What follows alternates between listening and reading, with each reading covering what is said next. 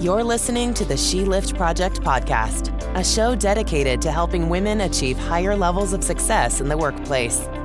No matter where you are in your career, we want to help you grow. Now here's your host, Cynthia Kirkpatrick. Welcome to another episode of the She Lift Project podcast. Thanks for joining us today from wherever you are.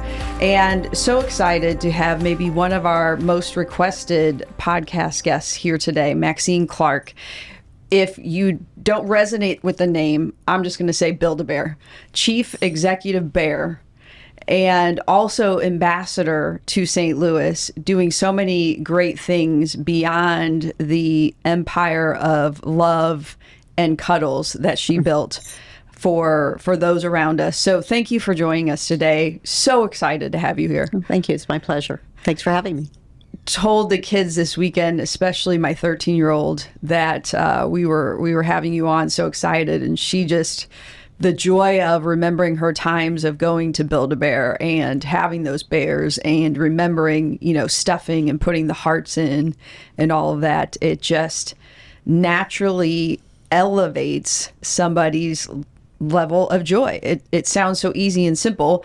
It should be, but anyway, wanted to share that because everybody's been so excited to hear that we're going to have you on, and you're everywhere. Your story's been everywhere, but hopefully, again, by sharing it and adding new things, we can help somebody out there to see something in your story, uplift them, find some optimism, which we'll talk about, and grow into the person, the place that they're supposed to be.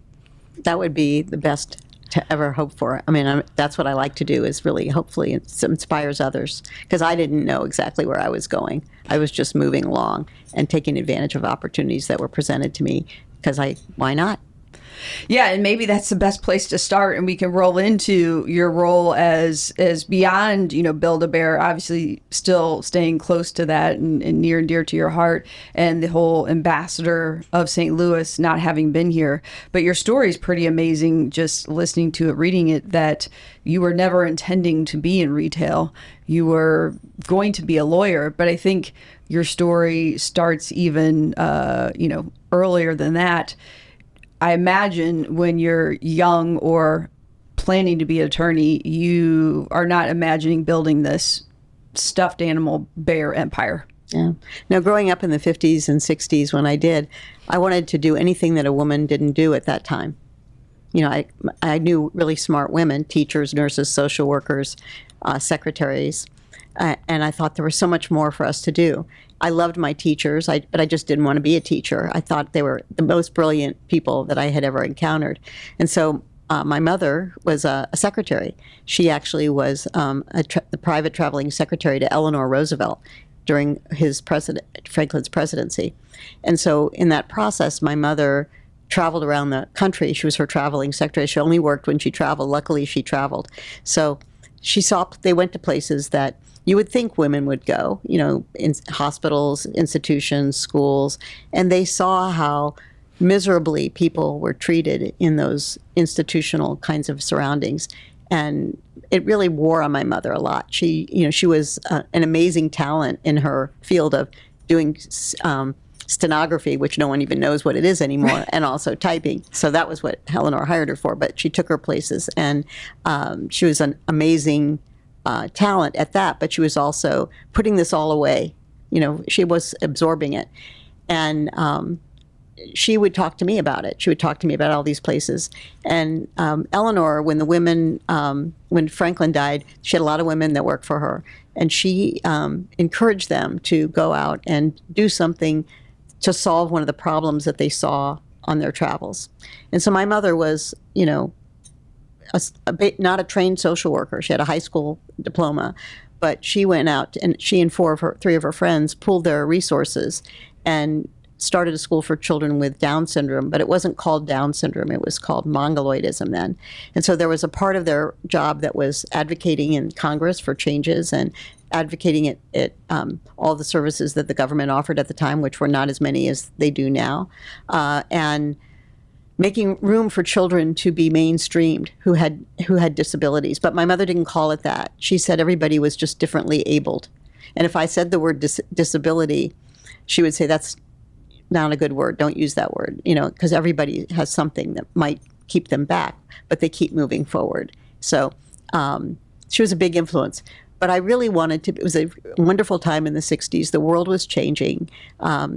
John Kennedy had become president, then Lyndon Baines Johnson, and civil rights and rights for women as well. I mean, if we don't give everyone rights, then we don't have rights either. And it doesn't matter what our race is, doesn't matter what our age is. And so I really was into that movement, and I really cared about it. I thought, this is the 20th century. What are we going to do if we can't have all these same rights as men? Here I was in college, getting a degree in business and marketing and public relations, communications, really. And I wanted to go be the female version of Perry Mason, which I saw on television. You were exposed to people that you saw on TV. In our neighborhood where I grew up in Miami, Florida, my dad bought our house on the GI Bill, as did everybody else on that street. So there were doctors, teachers, coaches, firemen, policemen, very diverse economic backgrounds, although most people probably made similar salaries at that time, building a middle class. So the minimum wage may have only been $1 an hour, I don't even know, but it was, everybody was making that, or making slightly better. And there was a few people, just what you needed on the edges, that were the business owners that were wealthier, but they were like everybody else. And in Miami, a lot of people came from New York, like my parents did, and they knew somebody who knew somebody. So the St. Louis trick of where did you grow up is not just a St. Louis thing. What it does, though, what I think about it when I heard it was it's connectivity. People want to connect with each other, and they want to know, not necessarily exactly what high school you went to or what your zip code is, but really, do you know this person? Do you know that? And then that makes a connection, and we all get to have a bigger friendship pool. So when I heard it here, I thought that was really odd, because I have a lot of friends that I went to high school with, and when I go someplace and somebody says they're from Miami, I said, oh, where do you live? I may not say, what high school did you go to? Got a lot of transient people, and they'll tell me, and I say, oh, do you happen to know so-and-so? And they say, yes, I do. How do you know them? And then you have a whole different world opened up to you. So that was my start in life, was my mother was my father owned his own electrical business. He learned his trade in the military. He was an electrician. And interestingly enough, his father was an electrician and his brothers were electricians. But, trained in your own way, you taught yourself, or in the military. So he had his own little business, and my mother was working in starting the school. So she was an entrepreneur of sorts. My father was an entrepreneur. He didn't call himself that. I remember seeing a form he was filling out for a bank loan, and it said proprietor, like a business owner, and I thought, okay, that's what he was. But then I started to hear, as I got older, the word entrepreneur, and maybe it's probably stuck with me. But basically, my mother and father taught me to be to look at the bigger world, to be curious about it, to ask questions. You could ask anything at our dinner table.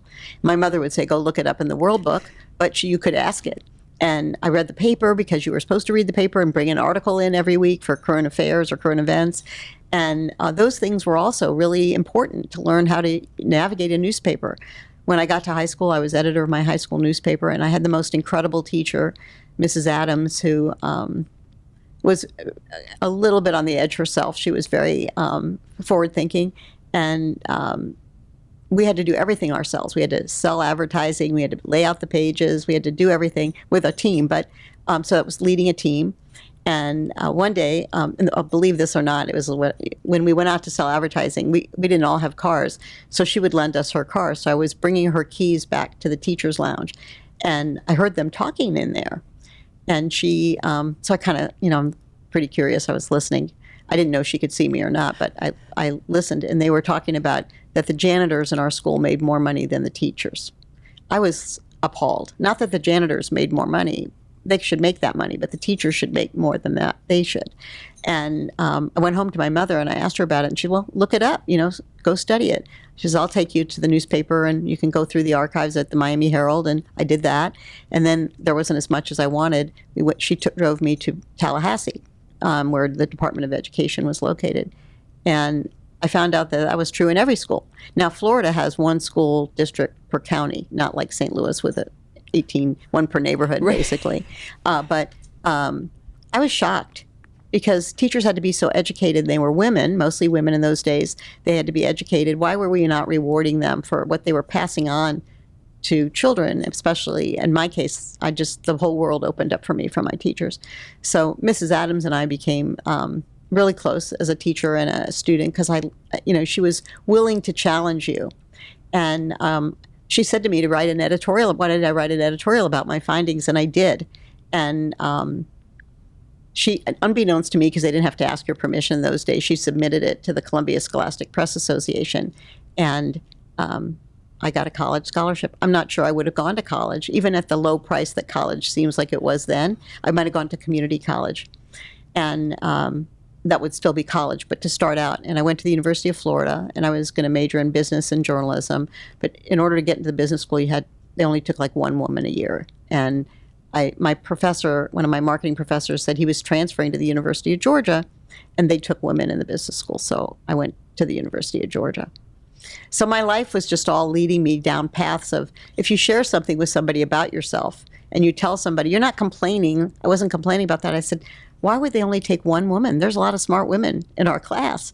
And he said, well, that's just the way it is here, but it's not that way everywhere. So sharing a little bit more gets you a little further down the pike of someone else knowing you, someone else seeing something in you that you might not see in yourself. And that is a wonderful example to have. In our neighborhood, my mom was probably the only one that worked. But there were a whole bunch of women that looked out for you. So the way the houses were built, the kitchen window looked out to the street, and they could see you coming home from school. So I would just go home, change, go out to play, and tell my next door neighbor, Doris Hale, that I was going out to my friend's house or something. That was like, my dog could run free. I could go in the corner and wait for my dad on the corner. It's such a wonder. Ride my bike anywhere I wanted to go. And when I moved to St. Louis, and I listened to people's stories and the different projects I was working on, whether it was Build-A-Bear or Delmar Divine, they would tell me the same growing up story. Like exactly the same. When we walked to the ice cream store and got an ice cream cone after school, and it was 15 cents or 20 cents or whatever. And instead of sounding like old fogies, we had something in common. And I think we sometimes think that the people that are telling us their stories, that can't be, that's old news. But it's not. There's something in that story that you can always relate to if you're listening. If you're not listening, then you're just going to breeze by and miss the whole point. But you can learn from just so many people. And I find that to be, my curiosity is my superpower. I'm nosy as hell. And as a reporter, I had to do that. But I love it. I love, learning. And today's world, there's so much to learn that we weren't taught in school because so much time has gone by since that's the exciting part. So many books to read, so many things that you can pick up a book, and you don't even have to read the whole book to get the idea that there's more out there than you could possibly know in a lifetime. And I think that's the fun of living a curious life. Well, it sounds so many great things that you said there. They talk a lot about authenticity and being vulnerable and being open. And I think, how can you truly connect with others if you aren't sharing some pieces of you, especially for women? I think we've been taught, or we tell ourselves, or whatever it is, that we have to have this wonderful facade. Everything has to be perfect. We have to be put together. And so to share some vulnerable things might be cracking open the imperfectness that's behind it. So maybe trying to break that, whatever's coded in us. So things that I heard there, again, being open, vulnerable, authentic, real, to let in that connectivity as human beings, because we're all human. When you mentioned curiosity, which I think is so important, there was that level of curiosity, but also that level of, I'm going to problem solve too. I'm not just going to be curious and hope that somebody else solves it for me or let it go. I'm going to be curious and find a solution and find somebody to help me by sharing or building that relationship. I think that piece is critical too, and probably what's served a lot of your success in life. I think if when I was a child, if I knew that women could be engineers, I might have been one, because I do see I see opportunity. Something's broken.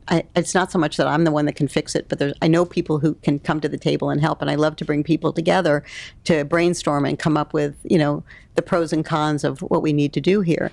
And that's part of life, is being exposed to different things that teach you how somebody else might have solved a problem. And then if you're listening and you're seeing it and you say, well, what about this? And I was never afraid to put in my 2 cents at all. My mother was a very creative person. She was a fundraiser for her school. She had to go, from zero. There wasn't government money for those kinds of things yet.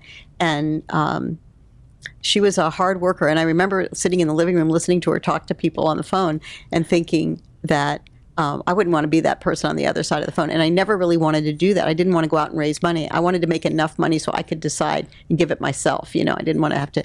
It was so painful sometimes to listen to her talking to them. She was really good at it, though. And my mother was so funny. She had so many sides to her that were 4'9". She was 4'9", and she was redhead, natural redhead. And she was first generation in this country. And she was a go-getter. She cared so much about people. And I think in her way, her parents barely spoke English, but I think it was this Eleanor Roosevelt was her model person. And we all have that. But luckily for us, we have a lot more women models that we can look to, and people, and male models too, that we've gotten to work next to, that we see are, human beings and wonderful teachers, and that we can be really valuable on a team. And they know that. And so, it's just tremendous. There's been a lot of change. It hasn't been overnight. It's been gradual. And then all of us have an opportunity, and I think about this a lot, to have a legacy. What do we want to leave behind? What do we want to pass on, if you have children, to your children, to your community, to your church or your synagogue, to people you just pass in the daytime, your employees? And that's the biggest gift you can give them, is that personal caring about them, so that you're sharing something with them that you think would be meaningful to them. You hear them, you see them. And so many times people just are passing by and not taking the time to get to know a person. And that's my curiosity again, but it's also my heart.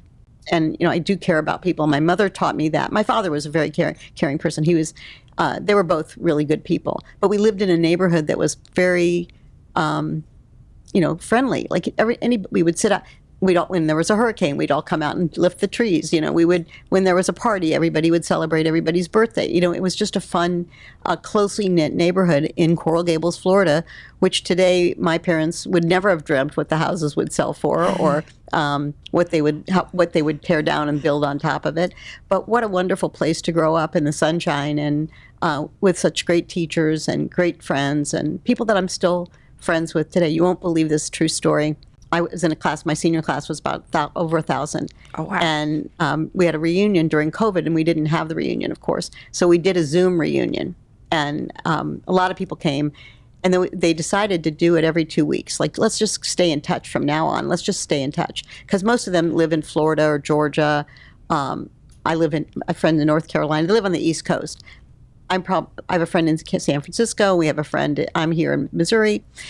So we get together every 2 weeks. And in this course since COVID, which is a long time, we've been learning more about each other than we would have known as children, like asking people to tell their family story. And people do these incredible PowerPoints of pictures. And some of my friends' parents and grandparents were really famous people in the building of Miami, in the building of, or they were in the military and they were high ranking. Just really interesting stories. And that's been amazing to get to know, because you'd go to their house and you'd see their parents, but they were Mr. and Mrs. So-and-so. You didn't really sit down and ask them a lot of questions as a child.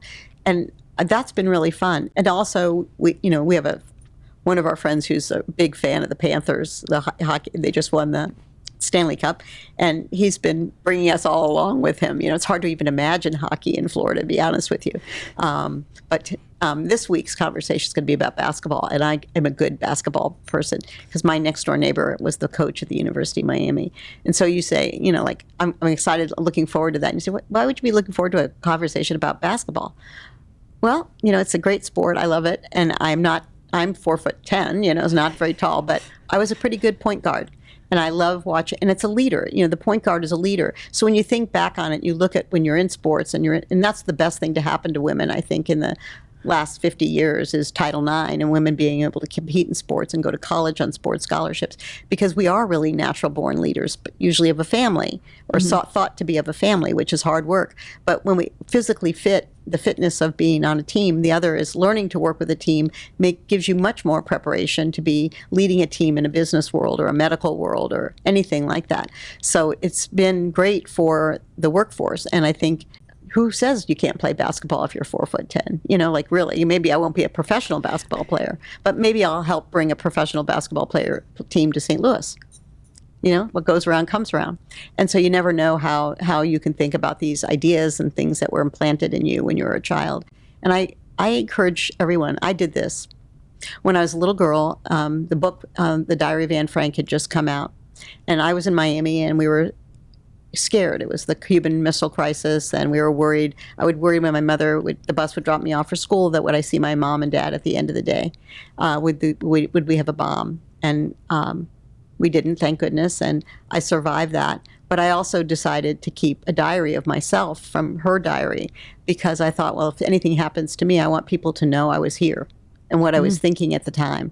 And so I still have it. I mean, I look at it sometimes and I'm thinking, how did I think that when I was 12 or 14 or 17 or into my early 30s? I kept it, not as frequently as I did when I was a child.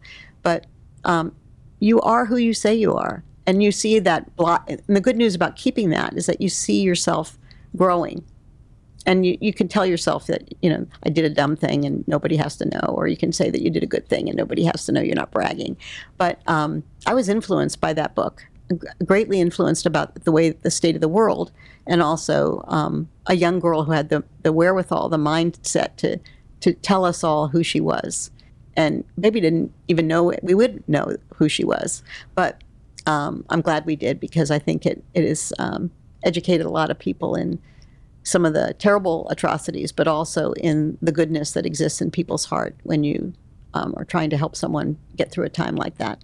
So I have a documentary about that. So I could turn it into a documentary, because I can remember, and if I don't remember, I go and look it up. I can pick any day of the year and say, what was I thinking on June 23rd, 1966? Probably be what I was thinking today in some way, shape or form. So I love that I did that. I'm so glad I did it. It keeps me in touch with myself and my roots, where I came from, which I'm proud of, and how hard I worked to get where I am today, and how much I cared about other people along the way. And sometimes I didn't. Sometimes I had a friend I didn't like so much, or my sister I fought with. But it wasn't perfect. But it was on the road to better all the time. It wasn't who has a perfect life? But looking back on it, it seems way more perfect than it might have seemed at that moment. And I try to share that with other young people that I know, that this is a tough time, but we'll get through it. That's an interesting point. I think several points there, right? That oftentimes, looking back, like, we are who we are, and we've been that way at the core, even when we look back at us as young human beings, individuals. So I bet that's part of the profoundness of having written that. You can see, again, just yourself, but in the younger version of yourself, and that power of a story, especially a girl's story, which, think back to World War II and her story, and when it came out and it's resonated, it's, maybe one of the most impactful stories ever, especially of a young teenage girl. And as we talked about the evolution of women across time, and maybe what we were told we couldn't be, I guess I never really sat down and thought about how much of an impact that one little girl had for decades. And different books we read. I read this series of books called Cherry Ames' Student Nurse. They're hard to find. They're not on print anymore. And I knew I loved the stories. It was kind of romanticized about being a nurse on a cruise ship or on an airplane or whatever. But it was workforce development. I was reading about different jobs, and their books were like that. And I think they still are. I haven't read very many children's books, but how will we have a conversation with a child about it? Because, kids want to be a fireman and a policeman and EMT, they see somebody doing that, and then they say, oh, maybe I want to be a doctor, or maybe I want to be a teacher. They have so many things, and taking them on that journey as a child. And one of the things that I see in my community work is that not everybody has that imagination.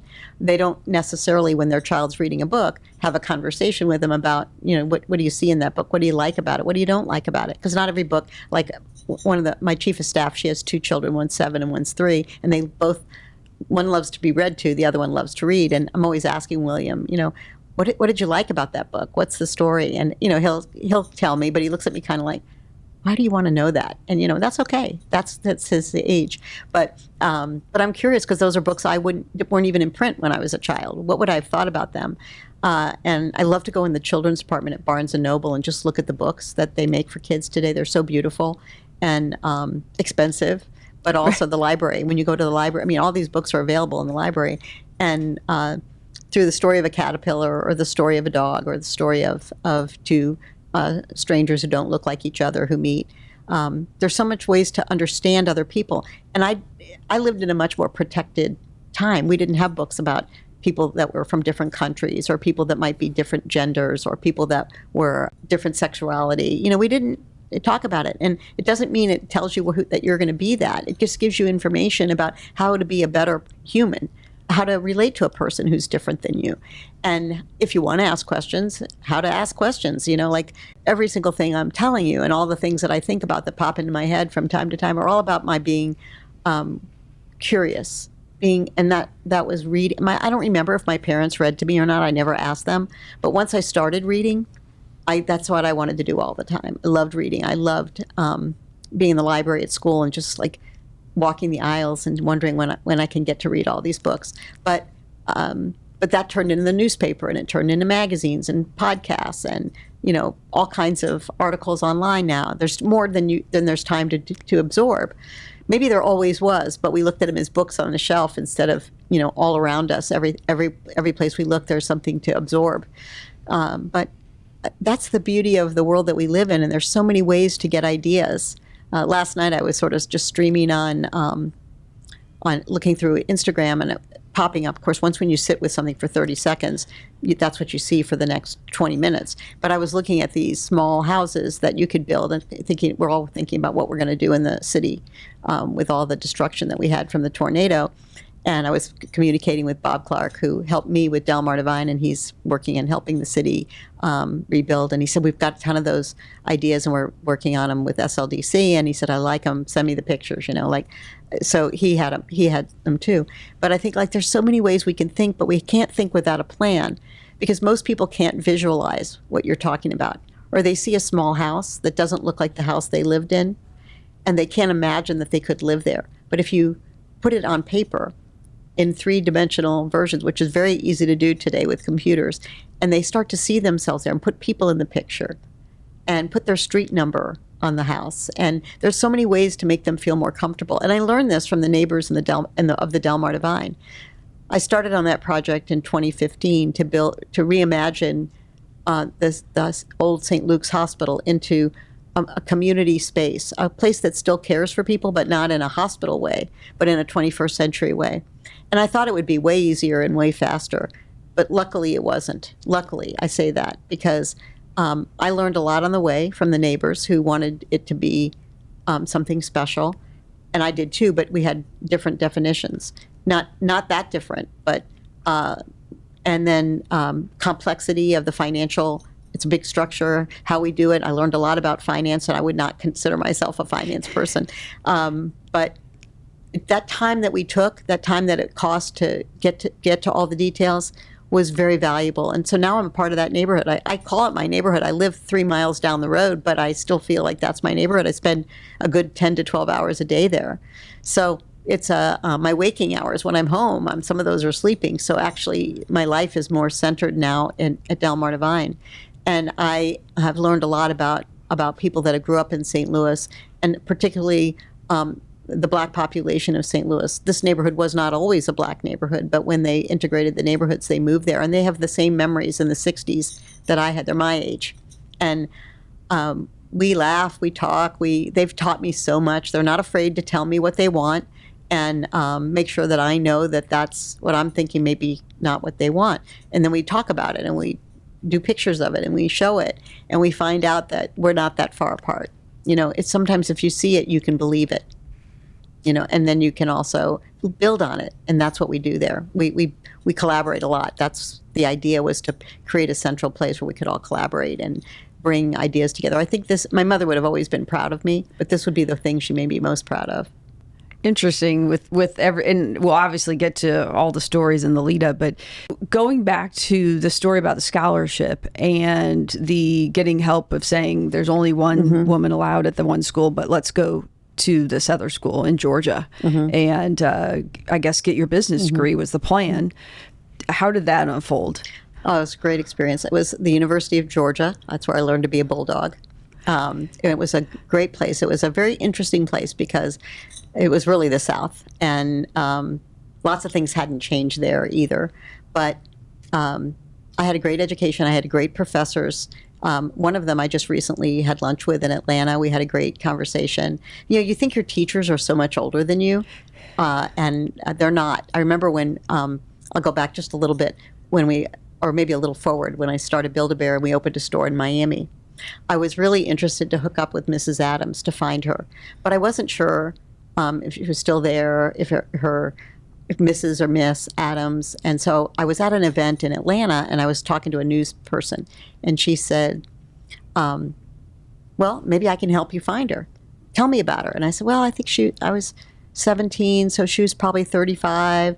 I'm thinking, so then she would be this age, and I don't think she was married. I'm not sure, but maybe she was. I don't think she had any kids. And I described how she looked. She was very beautiful and very, she had these old-fashioned glasses that kind of had the wings on them. She was very, you noticed her in a room. So she said, okay, that gives me a start. And little did I know, she did find her. And when we opened the store in Miami, there she was outside the door. They said, oh, I want to introduce you to somebody. It was like an Oprah moment, and I'd been on Oprah, so I knew what that moment felt like. It was there she was. And it was so wonderful. We sat there and had lunch. My husband was with me. We went out to lunch. And she told me that she had always been a teddy bear collector. Now, you wouldn't know that about your teacher, right? And she was a high school English and journalism teacher, so that wouldn't have been what you would have talked about. And we had a lot to talk about. She had 2 children. She did have 2 children, 2 boys.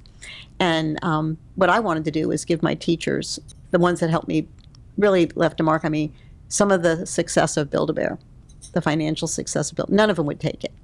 And she said to me, why don't you give it back to teachers? I've always loved being a teacher, and I think that there's organizations now like Teach for America and others that are supporting young people going into teaching. And so I did that. I did that in her honor. And she passed away a few years ago. And now I'm really good in relationship with one of her sons. And he heard me talk at I was speaking at an event for youth entrepreneurs. And I talked about having everybody deserves to have a Mrs. Adams in their life, and he was there. I didn't write it just for that. I talk about her all the time. But because she was bold. She took us to New York. She took that, didn't ask my parents, didn't do anything. She just said, I'm going to get this printed somewhere. And I had that scholarship that got me into college, into a 4-year college, and also to the University of Georgia, where I learned a lot of things I wouldn't have learned at Florida, and made some different kind of friends that old teachers. I had a better relationship with my professor because now I was a junior, not just a freshman, and I was probing more. I was learning more. I would come home and talk to my mother and said, I just read this book for school, Ayn Rand. My mother was really a socialist, and she said, what are you reading that book for? And she said, okay, that's good. What course was that book? And she asked me. But I would say that she wouldn't tell me not to read it, and she wouldn't go to school and say, don't let my child read this in college, of course. But it didn't make me into Ayn Rand or into a capitalist the way my mother thought. But I definitely wanted to be a capitalist after reading that book. And being in the business world, we had a lot of hands-on projects in college. I was so lucky to be able to, it's sort of serendipity. I mean, the professor heard, I told him that they wouldn't, take me into the business school, and he said, I have a better idea. And if you didn't tell anybody, if you were embarrassed about it, and I don't think a lot of women do have this, and men too, imposter syndrome. I don't think I ever had that, because you're never really ready for the next job. You learn it as you go. And so I thought that was what you're supposed to do. And all along the way, I was always learning. So I had the confidence of having conquered whatever I was just doing. Maybe I didn't know when I got there, like you don't know the 10th grade when you're in the 9th grade. So you could be an imposter your entire life if you felt like that. But I didn't feel that way. I thought I was supposed to ask questions. My mother would tell me to look it up in the World Book. That was always my thought. And whenever I see a World Book, which you don't see very often now, I go and look something up just for my mother. But now we have Google. She would say, go Google it. Curiosity all along the way from all of my professors. The older I got, the more they would tell me, the more they would share with me, the more I had a relationship with them that was able to be inquisitive and able to have debate. We would have very Socratic conversations by the time you get to high school and college that I hope kids are having today, that's keeping them on their toes, that they just don't believe what their parents tell them or believe what their next door neighbor told them, that they're believing and learning a lot of different things to make better decisions for themselves, learning about careers that maybe they never even heard of or would think they would be interested in or think they could make a living in. We have to expose our young people to as many possibilities as possible. And I'm a public school person. I went to public school all the way from elementary school to college. And I believe in the public school system for also the economic diversity that you get. So we have to understand, if you're going to solve the world's problems, you're going to have to be around people who have and have not. And how do you help them have as much as they are capable of or want, make it as possible for them to be successful in the next generation in their families. And that's what we do also at the Delmar Divine. We've incorporated a lot of those things. I don't do them, but our tenants, we're a building of nonprofits, agencies that live in our building. And then we also brought businesses to the front of the building so that the neighborhood, which didn't have any of these resources, could have a bank, could have a pharmacy, could have an urgent care, could have a restaurant, have a financial office. And I wish we had more space for that because there's lots more demand. But I sat and talked to the neighbors, and I learned a lot from them over the course of time. And we changed a lot of things based on, it evolved. It wasn't so much a change as who was it going to be. Like if I wanted Commerce Bank, because I knew Commerce Bank was my bank. But then when I got there, I realized that we needed a community credit union. We needed a credit union. It was a different operation. They taught me that. And it still does all the banking functions that they need. And it also invests in the community. So there was lots of learning that went on there too. I was getting my PhD in real life from the people that live in the West End neighborhood. Constant learning. And as you said, part of that, as humans, I think we've lost the ability to debate, to have conversations with people who, going into that conversation, may not have the exact same thoughts, and that we can talk to people who may have different thoughts than us and still relate to each other as a human being, still walk away with respect as human beings versus having to have hate or elevate our voices or use nasty words and names. Yeah, ask questions and have I'm worried about freedom of speech. I think I've always been able to say in my family and my dinner table when I was a child that we were allowed to talk about the day and ask questions, and my parents coached us into adulthood that way, of how we changed and how things they talked about at the dinner table that were more mature as we got older. But today, if we're going to overprotect kids, we're not going to expose them. The boon of private schools has made kids more segregated than ever. So we have kids that live in totally poor neighborhoods and kids that live in very affluent neighborhoods and go to private school, even though their public school is really quite good. So there's been a lot of changes, not just in St. Louis. This is all over America. We have these. People have left some of the systems behind, and in so doing, they've affected the diversity of that school. They've affected the impact that smart, wealthier kid has on that more middle class or lower income family that student is coming to school. And they play with you on sports, and they are in plays with you, and cheerleading and all these things. And, yet sometimes you don't know that, you're afraid to ask, you don't know. So parents just take their kids and sometimes put them in, a more homogeneous environment. And I'm not sure I'm so glad that I wasn't in that. I remember when all the kids started coming to our school from Cuba when the migration happened, and how fun it was. We had to learn Spanish, otherwise we couldn't communicate. And I was taking Latin, Latin, like what do you use that for? Spelling. And I finally got to learn something that was much more useful.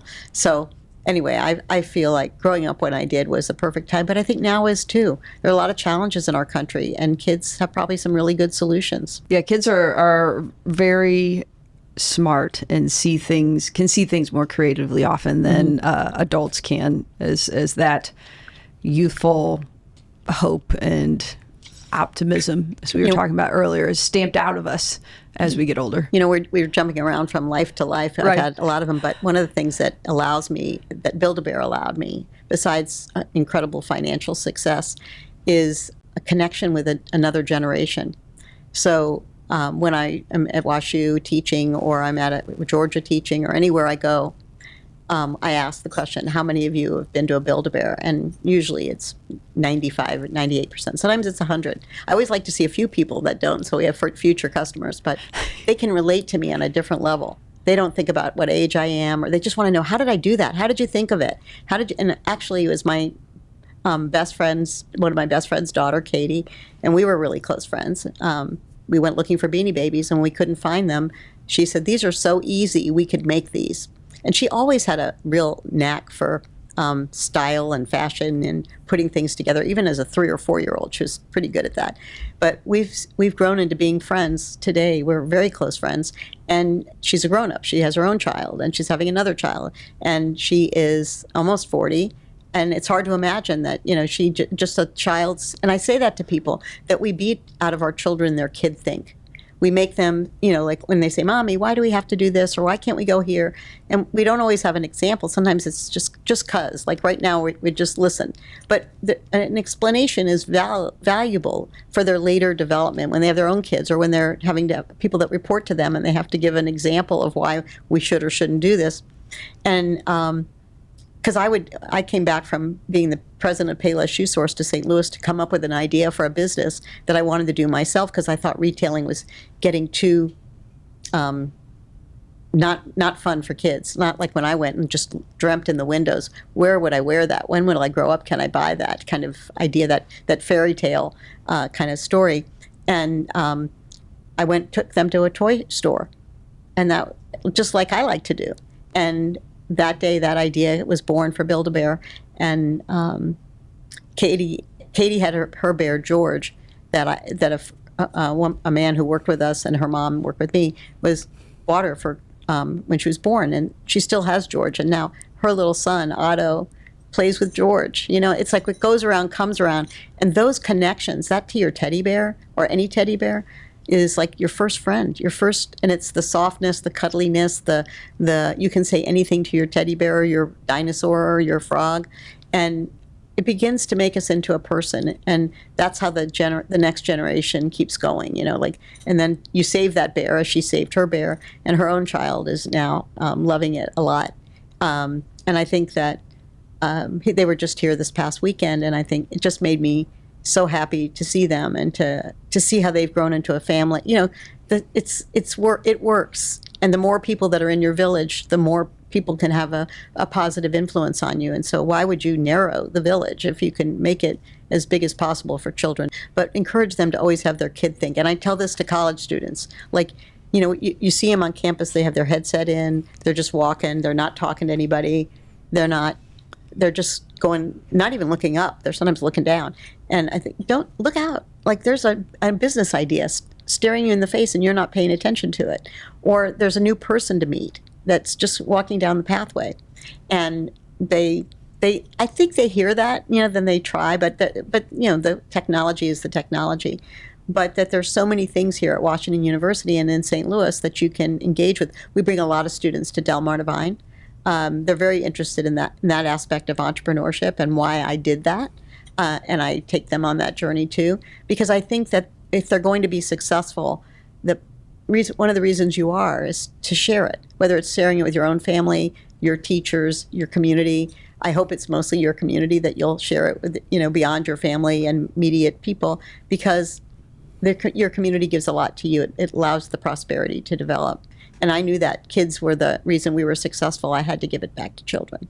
It's been an incredible, incredible experience. There's not a day that goes by that I don't learn something. In fact, my husband had been in the hospital just a few months ago, and I sat there with him every day for 12, 16 hours, and I was watching, what was going on. I was making notes, not because I wanted to report anybody or anything like that. I said, I saw room for improvement, and I saw opportunity. Everywhere I go, I see a business opportunity. It's just the way my brain works. And I don't want to do it anymore. I don't want to have to do it. I want to share it with somebody else. And I said, the only thing I want you to do if we take this anywhere, and I might be an investor, is to make sure the story was told that the person who had this idea saw it in a hospital room, looking at a trash can.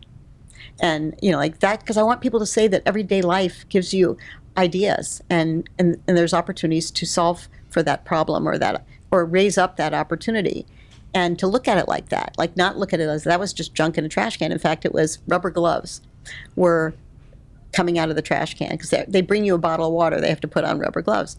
And I just sat down on the floor and I started counting them, and there were 175 pair of rubber gloves in there. And I thought, that's really weird. And we looked it up, and like 310 billion tons of these in the United States are wasted every year. They're not recycled because they think they're contaminated. Well, how could you uncontaminate them?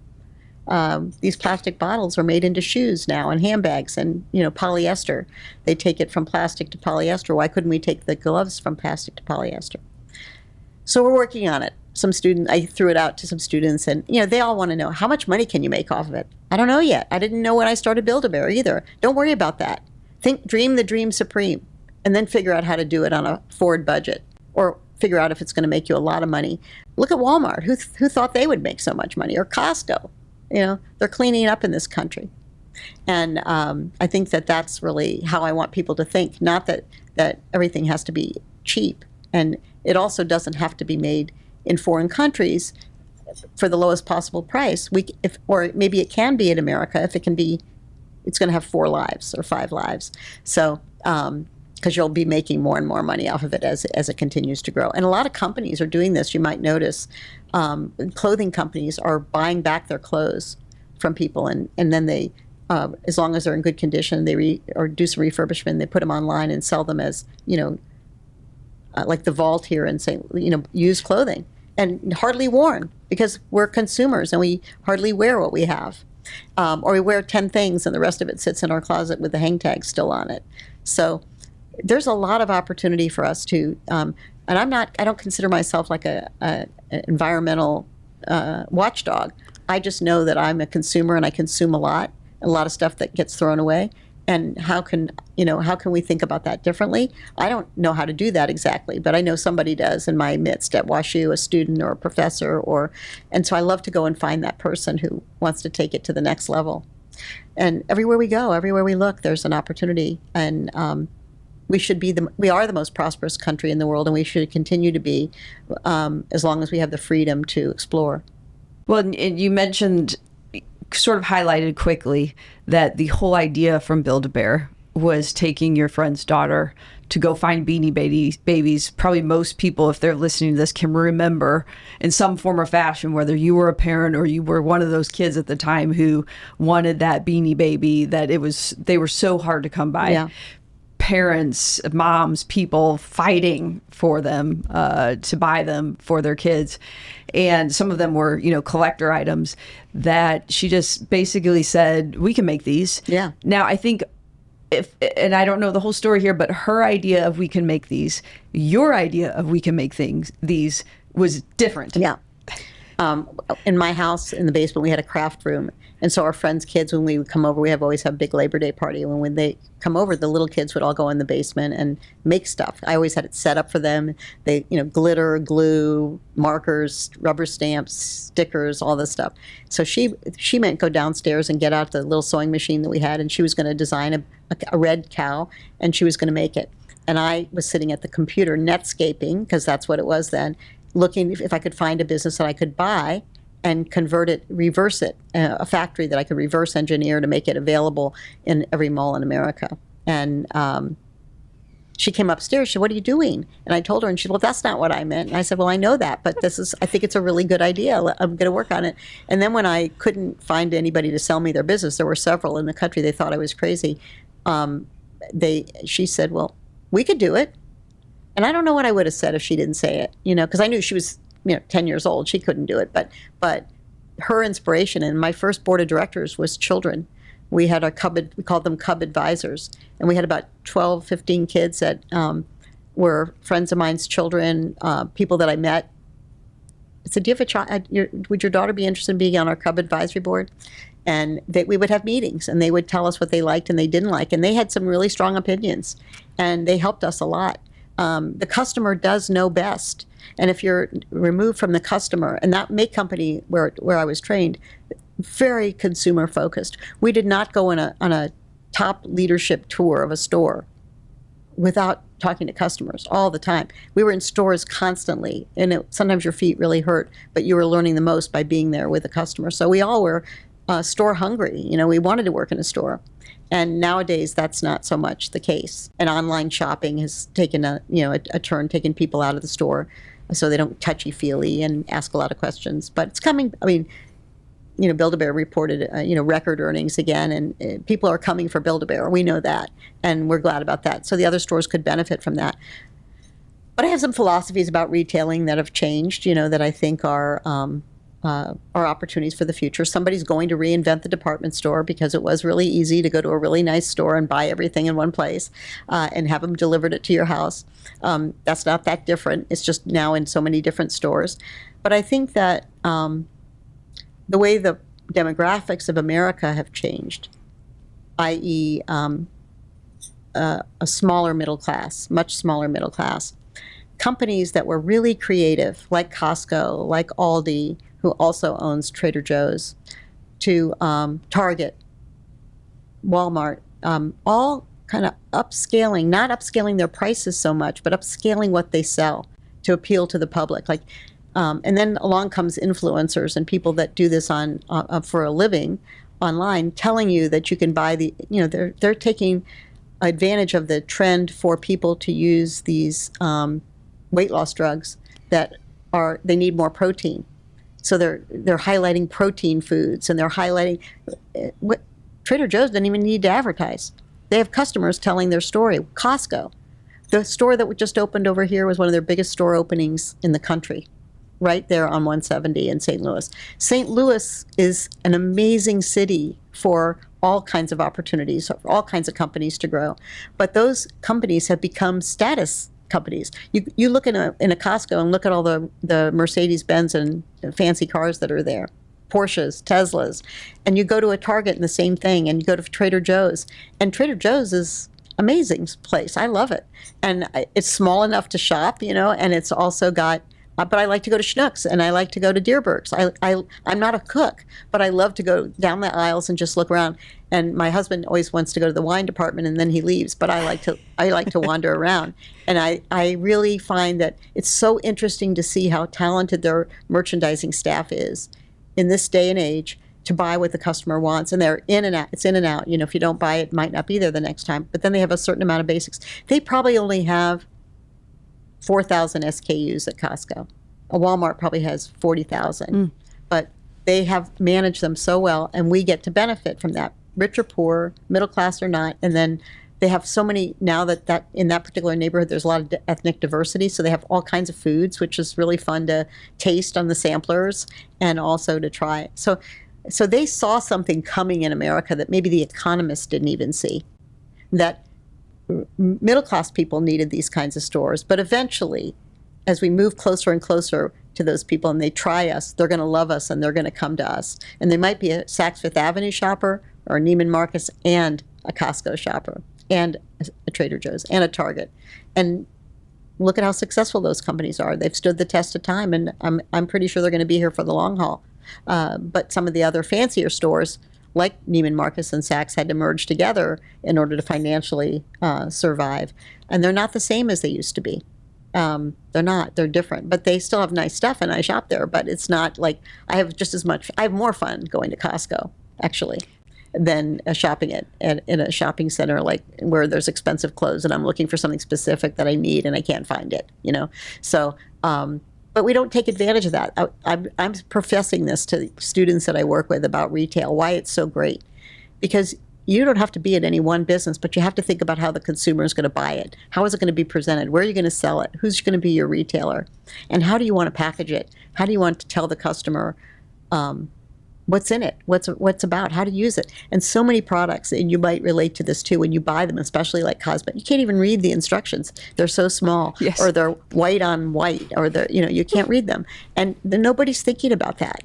And that is really a big opportunity. And I tell them all this stuff because I said I've been doing this for 50 years, and I'm telling you those things haven't changed. You still need to find out about the product. You want to know what's inside of it. And especially if you're going to wear it on your face or put it in your mouth, you need to know. And you can make your own decision, but you still need to know. And a lot of things are made in China and just sent over here, and we don't even know what the ingredients are. So we have a lot of opportunity there for thinking about domestic opportunities to produce things here again. But it's going to take a while. It's going to take planning. It's going to take banks willing to invest because it was hard enough to get the money for Build-A-Bear, let alone for factories to build Build-A-Bear. I'm glad you brought that up because it was like, how am I going to get back to this? I had heard that when you were starting Build-A-Bear and you were opening the first store at the Galleria Mall, a couple of things. One, that they didn't want to lease to women, and two, that the banks did not want to lend or work with a female company. That was true, but the mall wasn't like that. The mall they were very excited to have a new store concept. And so you didn't have to sublease or anything from your husband, or? Well, that was my office. Oh, your office. Okay. Yeah. So there's some elements. So it's good to hear that the mall was happy to have was fantastic. Great they store. Were wonderful people. The bank was really interesting. We really didn't. I had enough money. I worked for the May Company. I had stock. I had the money to start the first store. But you still need sort of a letter of credit for the times when your inventory is going to rise up. And we started with Enterprise Bank here, and they were very helpful at first. But we grew so fast that they advised us to find another bank. We couldn't. Nobody in St. Louis would take our money. So one of my investors was from Cincinnati. He said, "Well, come to Cincinnati and meet our bankers. This is a true, wonderful story." And the bank was, I can't remember if it was First Bank or Star Bank, but eventually it became First Star Bank. And the president of that bank was a man named Richard Davis. And he was kind and just really like a small town banker in a big city like Cincinnati. And he met me, and he was very interested in the business concept. I think he had grandchildren or young grandchildren at the time. Anyway, he eventually became, as U.S. Bank bought them, he became the president of U.S. Bank, the CEO of U.S. Bank. And he invited me to Minneapolis to speak to the board, to come to a board meeting and tell them the Build-A-Bear story. And when he comes to St. Louis, because he's on the board of MasterCard and he travels, he calls me and we get together. He's retired now, but imagine that. Here nobody would want, even U.S. Bank here wouldn't. And when U.S. Bank, when Build-A-Bear was getting bigger, and St. Louis wanted me to move here, to move my banking from Cincinnati, but I wouldn't do that because our private banker, Charles, was phenomenal, and he helped us navigate through good economic times and bad economic times and made adjustments when necessary. We only used the line of credit one time, but, you pay for it anyway. And I couldn't do that. He talked to us when no one else would, and that was such a good story. Now, of course, there's more women in business, but still Build-A-Bear is one of the few companies, well, at least the public company. I took the company public in 2004, and no other women have taken a company public in St. Louis. Women run public companies, but they haven't taken a company public. And we have some really good businesses here, like Clementine's Ice Cream, which is she's fantastic, and the ice cream is really great. And she's very methodical, much more than I was when I met her 10 years ago, and she showed me her business plan. She said, I want to do this, and I want to have 10 stores, and I want to blah, blah, blah. And she stuck to that plan, and she's built a great company and ready to, go nationwide. And I think that I love to be, sort of at the table with those young women and men who have ideas, because who would have thought from the idea of a 10-year-old, what if I hadn't asked her? What if I hadn't taken her that day to the the store to buy Beanie Babies?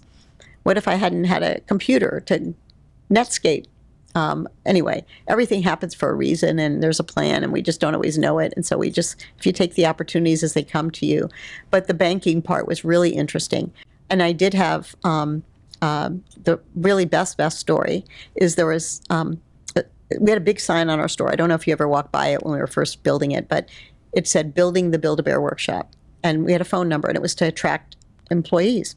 And a lady called me from the St. Louis Business Journal. Linda Postel was her name. And she said, I'm a reporter for the Business Journal, and I want to find out what this company is. And I said, well, I told her, and she came to my office to interview me, and she said, I looked you up, and you used to be the president of Payless Shoe Source. It's like a $2.5 billion company. Why would you leave that?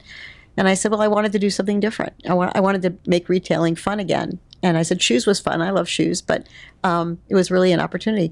And she sat in my office, and there was like 3 bears next to her, 4 bears, and she was cuddling them the whole time she was talking to me. She had 3 daughters. She wrote this incredible story that was in the storytelling is, always important here. She wrote a story in the Business Journal that Friday, and I got a phone call at 11 o'clock in the morning or so from Wayne Smith, who worked for Barney Ebsworth, who owned a company called Intrav, which was a tour business here in St. Louis. He was a very successful entrepreneur, and he wanted to know a little bit more about Build-A-Bear and if I was looking for investors. And I wasn't really then. We hadn't even opened a store yet. And I went to meet with him the following Monday. He said, I'm leaving town for the summer. Could you come meet with me on Monday? And I took my bag of goodies, my stuffed animals. He'd never even been to the Galleria Mall. His office was in Clayton, and he lived in Ladue and never had been to the Galleria. And but he loved animals. He was an animal lover, and he loved the idea that we could possibly make a replica of his dogs. He had English sheepdogs. And we got to talking, and he said to me, how much money do you think you need? And I said, well, in the next few years, $4 or $5 million. And he said, is next week soon enough? And I said, well, I don't need it next week. And he said, well, we won't really be able to get it by next week because we have to go through the paperwork. I did not have a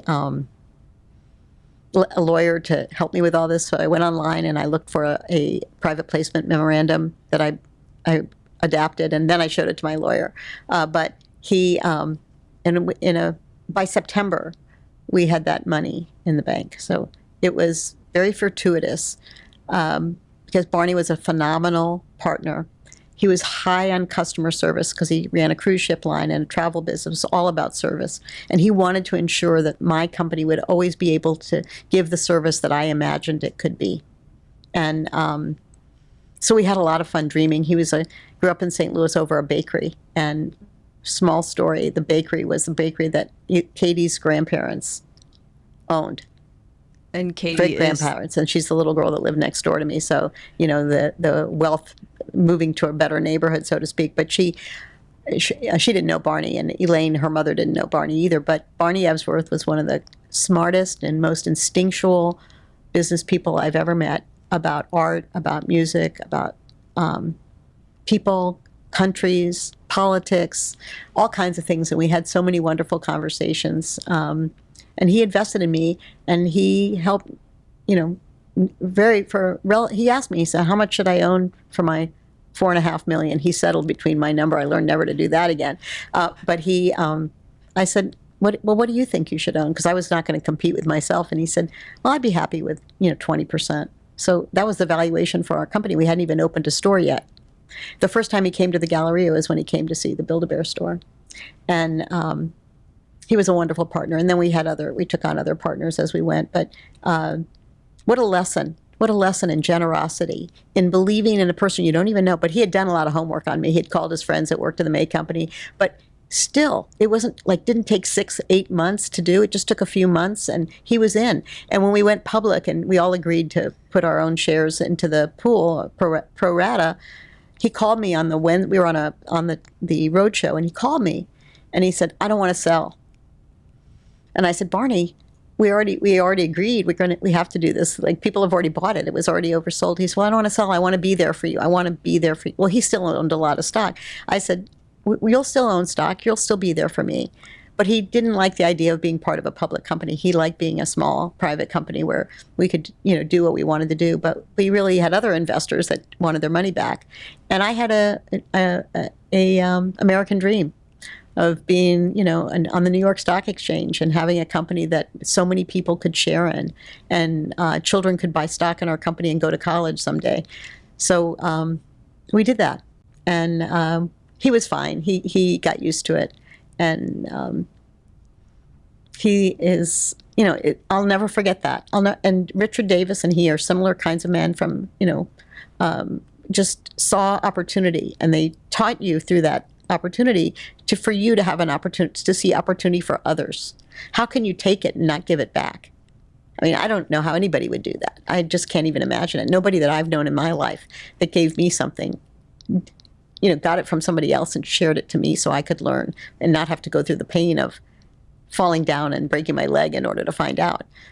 So I think that those are stories that it sounds like, it's a long time, and I've worked a long time, and I've met thousands of people, and people I have never met, that recognize me, that know our story, that want to know more about it. They call me and ask me if I could help them start their business. I don't want any money. I just need some advice. And I wrote a book in 2006, which is still it's still good. The information in it is still practical and good because it's about the customer, and it's about keeping your kid think and having, curiosity and giving the customer the best you can imagine. And don't worry about what it costs at first, because you don't even know if it's going to work. But if you only put the things you can afford into the business, you might miss how big the business could be, and you wouldn't know what it was. Like, you figure out how to do it on a Ford budget. That's what I always say. And one of my another good story, another person I highly respect, I was showing him our Cub condo. This is before we opened, the cardboard box that our bears go home in. And he said, "Oh, those are too expensive. Just do a bag and put a sticker on it." And I thought, well, maybe that's interesting. Let me look at that. And I went to the person who was making the bags for us, and I said, "What would this cost?" It costs less. The cardboard box costs less than the bag. So if you don't ask, you don't know. And as my brand designer, Adrienne Weiss, told me, yellow paint doesn't cost more than white paint. Why would you paint it white if you can paint it yellow?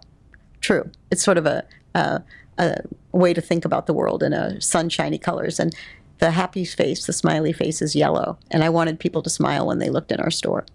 So, everybody that added their 2 cents added more than 2 cents. Added 200 million new cents. 250 million stuffed animals have been sold. So they added a lot more than they could have imagined. And there's no way you could pay them back for that. Just continue to be successful. And the most important thing you can do as a founder is find your successor, so that the dream goes on and that gets better, actually. And I was lucky enough to be able to have that. I have an amazing successor. She's wonderful. She is wonderful. And we haven't always agreed. She's gone about things differently, but we end up in the same place. And the company is incredibly successful and almost 30 years old. And that's pretty amazing in a mall business today. So I did a good job on that. It wasn't just me, our board of directors. And I had really strong opinions. And we have forged a great friendship and a great partnership. Yeah, because culture and how you treat your people is so important, especially when you think about how that carries out to the customers. And, you can tell just from speaking with you that it is seeing those kids and their parents come in, or the grandparents, and the smiles and the joys, leaving the pain and the worries at the door when they walk in, that how do you then make sure that love and all of that carries on? Yeah. We had one, you could write a handbook for your store people and put 1 million rules in. How do they go and look it up when they're helping a customer? So we just had one. Yes. No one customer can put us out of business, and no one ever did and would. And not that people don't try to, get a deal when they can, but for the most part they don't, not when their children are present. And they want to pay the right price, but gave them autonomy to make decisions about what's right to do for the customer, especially a mother and child or father and child are in the store. You don't want to cause a rift there. And sometimes the parents can't afford the whole kit and caboodle that day. So you have to work with it. And our store people are amazing. And mostly They were school teachers, nurses, retired teachers. They weren't like a fancy clothing store, They worked in clothing stores, but most of them worked at children's. Some worked at Noodle Cadoodle, if you can remember that store, and at other toy stores, and the love Disney, like I love Disney. They love things that make people smile, and it's usually things that are for kids, and it brings out their kid think. That why can't we do this, and why not, mommy? And that's the kind of way my life was. And so I'm hopefully passing it on to a lot of children, and grown-up children too, because I work with a lot of entrepreneurs. And if I can't help them, I find somebody else who can, because that also is what happened for me. Somebody introduced me to somebody who could be my banker. And it's a wonderful story, but it's a story of a lot of successful business people. When I read all the books, the Starbucks Road, and they're all very similar stories. They're just about a different product. The people that started Home Depot, they got fired and they went and started a different kind of hardware store the next day. Like, it's what you do. Sometimes that hard knocks turns you into something, much better than you could have even imagined. And because you never stop to imagine.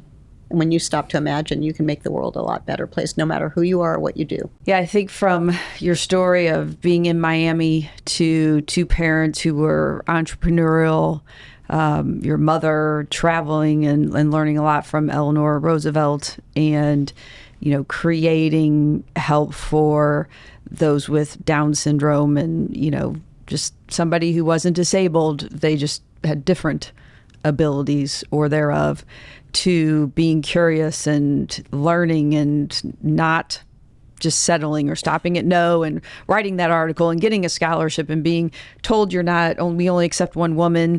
And so you share your story and you get help from somebody else to go to another college. And then from there, you're going to be a lawyer, but you get this, you need to pay for law school. So you get this job in retail and you do well at the May Company. You become the CEO of Payless. You leave a very successful job to start this Build-A-Bear company that, again, not a lot of people believed in you, but along the way you had those who saw the vision and the heart and stepped in, and you just, once they saw the lines out the door, they knew it was going to be something.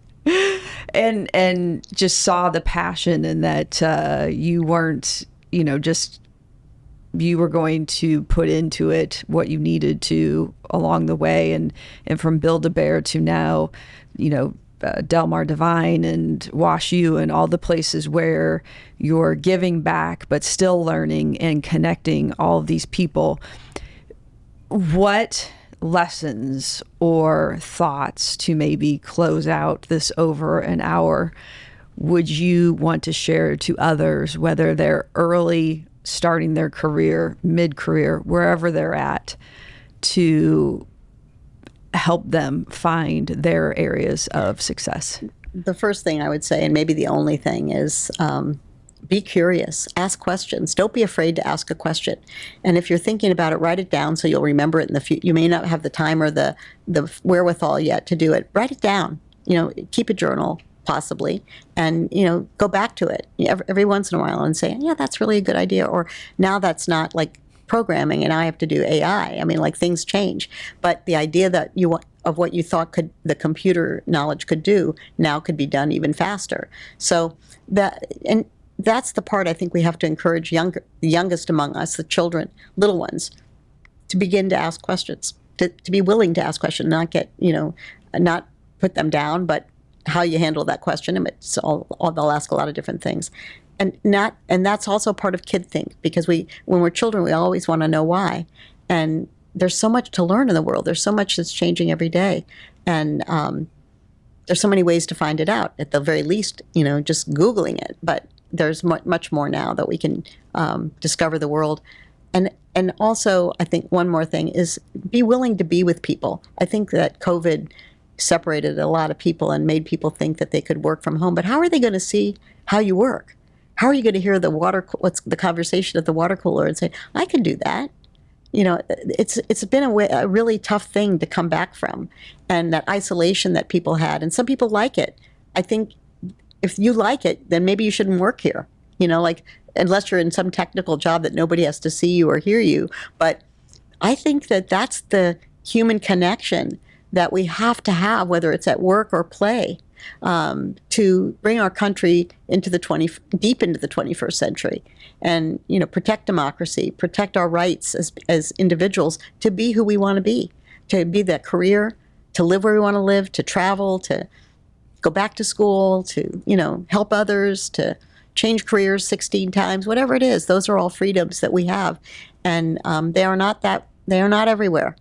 So I'm a living, breathing example of an absolutely incredible life, and everybody can have it if they try. That's an amazing way to close out today. I know you are a very successful, smart, giving person. So thank you so much for coming and sharing today, sharing your time, sharing your wisdom, sharing your heart and your story. I know I've learned a lot. I know there are others who will learn so much.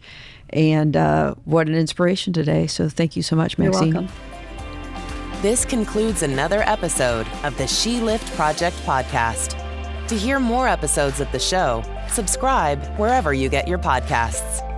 And to learn more about our mission of helping women reach higher levels of success, visit sheliftproject.com and sign up to receive the latest news, ebooks, videos, and more.